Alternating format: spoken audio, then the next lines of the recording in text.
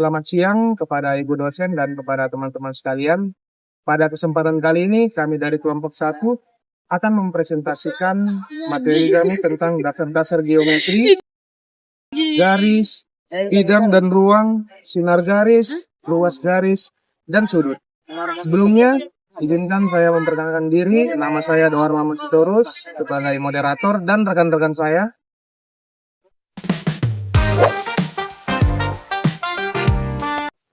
Saya Nila Askia sebagai pemateri pertama. Saya Jara Kelati Tonga sebagai pemateri kedua.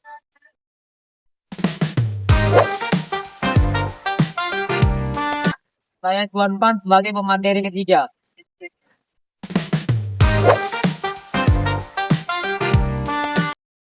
Saya Lina Ria sebagai pemateri yang keempat.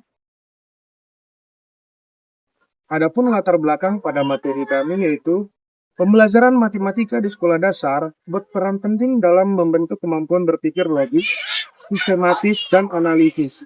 Salah satu cabang matematika yang menjadi dasar dari kemampuan tersebut adalah geometri. Geometri tidak hanya membahas bentuk dan ukuran, tetapi juga berhubungan dengan pemahaman ruang, posisi, serta hubungan antar objek dalam kehidupan sehari-hari. Pemahaman konsep seperti titik, garis, bidang, dan ruang menjadi landasan penting bagi siswa dalam memahami bentuk-bentuk di sekitar mereka.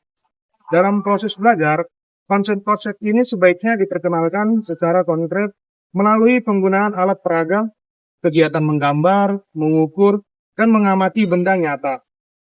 Dengan begitu, siswa dapat memahami konsep yang bersifat abstrak secara lebih mudah dan bermakna. Materi selanjutnya akan disampaikan oleh rekan saya. Baiklah, materi pertama yaitu pengertian geometri. Geometri adalah cabang matematika yang mempelajari bentuk, ukuran, posisi relatif suatu objek, serta sifat-sifat ruang. Dasar-dasar geometri ada 4. Yang pertama yaitu titik.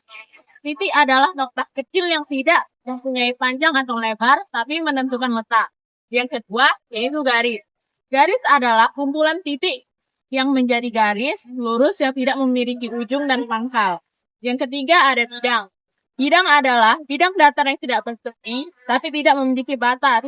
Kumpulan garis yang mempunyai panjang dan lebar serta berdimensi 2. Yang keempat yaitu ruang. Ruang adalah kumpulan bidang yang mempunyai panjang, lebar, dan tinggi dan berdimensi 3. Materi selanjutnya akan disampaikan oleh rekan saya. Selanjutnya saya akan menjelaskan tentang hubungan antar unsur geometri. Jadi dalam geometri itu ada 4 unsur dasar, yaitu titik, garis, bidang, dan ruang. Keempatnya punya hubungan yang sangat erat dan berjenjang. Kita mulai dari yang paling sederhana yaitu titik. Titik ini adalah dasar dari semua unsur geometri. Dari 2 titik yang berbeda, kita bisa membentuk garis. Lalu dari beberapa garis yang sejajar atau berpotongan, terbentuklah bidang. Dan kalau beberapa bidang saling berpotongan, hasilnya adalah ruang. Artinya tanpa titik tidak akan ada garis, tanpa garis tidak akan ada bidang, dan tanpa bidang tidak ada ruang. Struktur ini menunjukkan bagaimana bentuk-bentuk geometri terbentuk secara bertingkat dari unsur yang paling sederhana sampai ke bentuk yang paling kompleks. Nah, dalam pembelajaran di sekolah dasar, hubungan ini bisa dijelaskan dengan benda-benda nyata, misalnya titik bisa kita tunjukkan lewat titik di papan tulis, garis dengan penggaris, bidang dengan permukaan meja atau kertas, dan ruang dengan benda 3 dimensi seperti balok atau bola. Dengan contoh seperti ini, anak-anak lebih mudah memahami bahwa semua bentuk di sekitar mereka berasal dari hubungan antar unsur geometri tersebut. Selanjutnya saya akan menjelaskan mengenai sinar garis, luas garis, dan garis lurus. Sekarang kita bahas tentang sinar garis. Sinar garis, luas garis, dan garis lurus. Ketiganya memang mirip, tapi sebenarnya punya perbedaan yang penting. Pertama, sinar garis. Sinar garis adalah ukuran titik-titik yang punya satu titik pangkal, tapi tidak punya titik ujung. Artinya, sinar garis berawal dari satu titik dan memanjang ke satu arah tanpa batas. Contohnya seperti sinar matahari atau sinar senter yang memanjat ke satu arah. Yang kedua itu luas garis. Luas garis punya 2 titik batas, yaitu titik pangkal dan titik ujung. Panjangnya terbatas dan bisa diukur. Contohnya seperti tepi buku atau sisi meja. Dan yang ketiga itu ada garis lurus. Berbeda dengan keduanya, garis lurus tidak punya titik pangkal dan tidak punya titik ujung.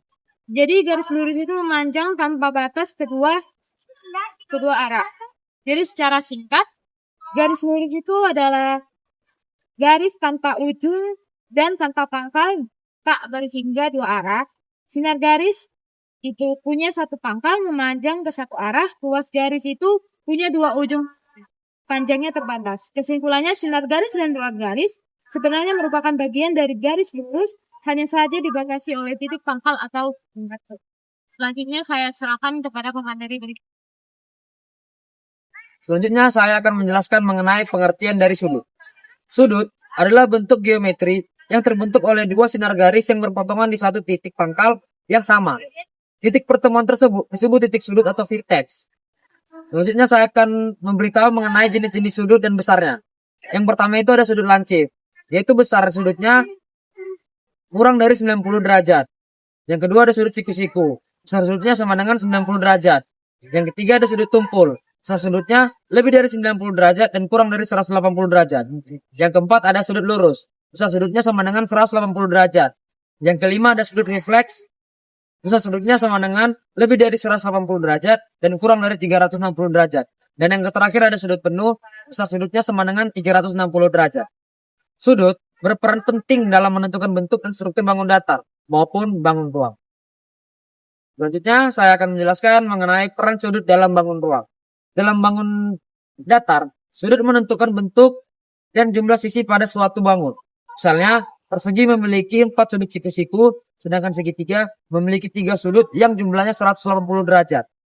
Dalam bangun ruang, sudut menentukan kemiringan antar bidang dan hubungan antar sisi-sisinya. Pemahaman mengenai sudut juga membantu dalam menghitung tinggi, volume, serta kemiringan suatu bangun ruang seperti kubus, limas, dan prisma. Sudut juga dapat berfungsi sebagai dasar pengenalan bentuk keseimbangan dan orientasi dalam pembelajaran geometri. Selanjutnya akan saya silakan kepada pemateri berikut. Saya akan menjelaskan konsep geometri dalam kehidupan. Konsep geometri sangat dekat dengan kehidupan sehari-hari. Yang pertama itu ada titik terlihat pada peta, bintang di langit ataupun lubang jarum. Yang kedua ada garis, tampak pada rel kereta, kabel listrik, dan juga tepi penggaris. Yang ketiga ada ruas garis, terdapat pada sisi meja, bingkai foto, ataupun pegangan pintu. Yang keempat ada sinar garis, tampak pada sinar matahari, senter, ataupun pandangan mata. Yang kelima ada bidang, tampak pada papan tulis, permukaan lantai, dan juga layar HP. Yang keenam ada ruang, terlihat pada kotak, lemari, dan juga ruangan rumah. Yang keenam ada sudut, tampak pada lipatan buku atau rumah, dan juga jarum jam. Melalui pengamatan benda nyata, siswa dapat memahami bahwa geometri adalah bagian dari kehidupan yang mereka temui sehari-hari. Selanjutnya, penerapan pembelajaran di sekolah dasar. Pembelajaran geometri di sekolah dasar sebaiknya dilakukan secara kontekstual dan juga konkret agar siswa dapat memahami konsep abstrak dengan lebih baik. Terus guru dapat menggunakan berbagai media seperti penggaris, bola, balok, ataupun benda di sekitar kelas. Untuk mengenalkan bentuk geometri, kegiatan menggambar, mengukur, dan membandingkan juga dapat membantu siswa mengidentifikasi sifat-sifat bentuk secara langsung. Melalui kegiatan aktif dan eksploratif, siswa tidak hanya memahami teori, tetapi juga mampu mengaitkannya dengan benda-benda di kehidupan mereka sehari-hari, yaitu benda-benda nyata. Terima kasih. Dari pemaparan materi yang disampaikan oleh rekan-rekan saya, dapat ditarik kesimpulan, geometri merupakan cabang penting dalam matematika yang berperan dalam mengembangkan kemampuan berpikir logis, sistematis, dan spasial pada siswa sekolah dasar. Melalui pemahaman konsep dasar seperti titik, garis, bidang, ruang, sinar garis, ruang garis, dan sudut, siswa mampu mengenali bentuk serta hubungan antar unsur yang membentuk berbagai bangun datar dan bangun ruang. Pembelajaran geometri yang dirancang secara konkret dan konseptual membantu siswa memahami bahwa konsep geometri tidak hanya berupa teori, melainkan juga bagian dari kehidupan nyata. Dengan demikian, penguasaan dasar-dasar geometri menjadi bekal penting bagi siswa untuk berpikir visual, analisis, logis di jenjang pendidikan berikutnya. Mohon maaf jika ada penyampaian yang salah dalam materi kami. Sekian dan terima kasih.